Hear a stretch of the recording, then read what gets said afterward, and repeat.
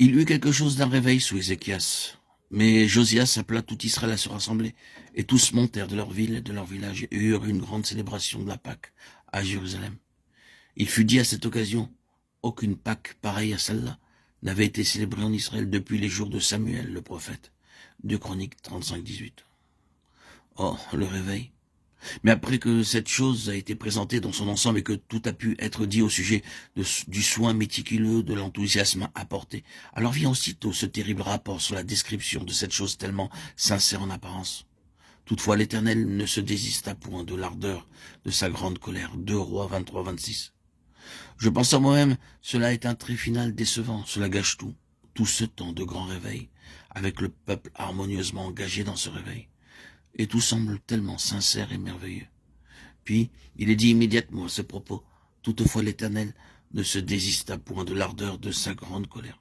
Et des choses encore plus fortes à celle-ci sont dites ensuite. Le Seigneur désire quelque chose de plus que le réveil, que l'enthousiasme du réveil. Les vainqueurs ne sont pas ces gens-là. Ce que le Seigneur désire est un état de cœur qui ne s'est pas éloigné de lui. Non pas ceux qui sont pris dans un grand mouvement, mais ceux qui sont vrais de cœur tout au long du chemin. Cela n'est-il pas conforme au Nouveau Testament, au livre de l'Apocalypse? N'est-ce pas ce que le Seigneur présente là? Ce sont ceux qui, au sein du déclin, sont fidèles à la pleine pensée du Seigneur. Non pas ceux qui doivent être recouvrés par des manifestations et des signes extérieurs, mais ceux dont le cœur est solidement et fermement attaché à son héritage, afin que le Seigneur ait ce qu'il désire. Maintenant, je pense avoir introduit suffisamment de données pour rendre le point très clair et bien marqué. Qu'est-ce qui donc ressort de tout ceci? Que poursuivons-nous? Sommes-nous réellement sérieux avec Dieu? Nos cœurs sont-ils totalement attachés à tout ce à quoi le cœur du Seigneur est attaché? Maintes frères ou sœurs, acceptez ce défi. Permettez cette question. Bon nombre de choses se produiront si cela était vrai. Le Seigneur peut nous dépouiller si c'est nécessaire, en vue d'obtenir son objectif, si nos cœurs sont attachés à celui-ci. Nous n'aimerons pas notre vie jusqu'à la mort, si nos cœurs sont attachés à l'objectif du Seigneur, à son plein objectif.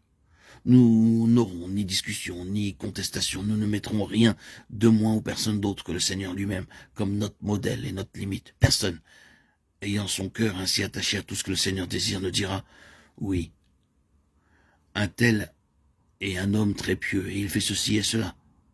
Pourquoi ferais-je autrement ?» Oh, combien de luttes avons-nous avec les personnes sur ce point? Nombre de luttes exceptionnelles dans mon expérience avec des personnes ont été de ce genre.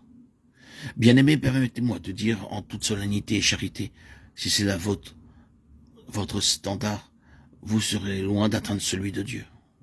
Vous et moi, nous ne devons jamais nous référer même au plus saint et au plus pieux des hommes qui aient jamais vécu sur terre, comme notre modèle. Vous devez reconnaître que Dieu n'a encore jamais permis à un homme sur cette terre, hormis son Fils, d'être infaillible, et il a accepté des souffrances infinies pour le démontrer.